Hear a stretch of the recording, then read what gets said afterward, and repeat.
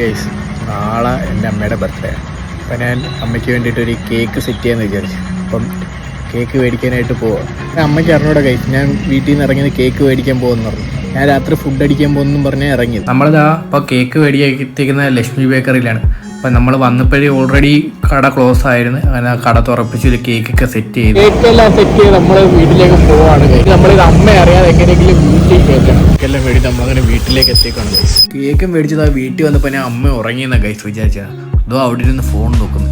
ഇനി ഞാൻ ഇങ്ങനെ കേക്ക് സെറ്റ് ചെയ്യില്ല. അമ്മ അറിയാതെ കേക്ക് വണ്ടി എടുത്ത് ഫ്രിഡ്ജിൽ കൊണ്ട് വെച്ചിട്ടുണ്ട്.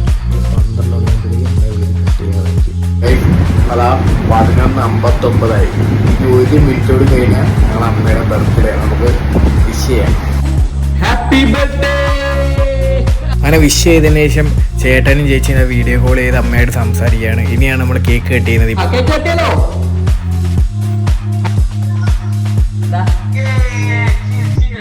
സജുമോന്, അമ്മൂസിന്, എല്ലാവർക്കും, എന്റെ ഫോണിൽ കൂടെ എല്ലാരും കഴിച്ചോളൂ.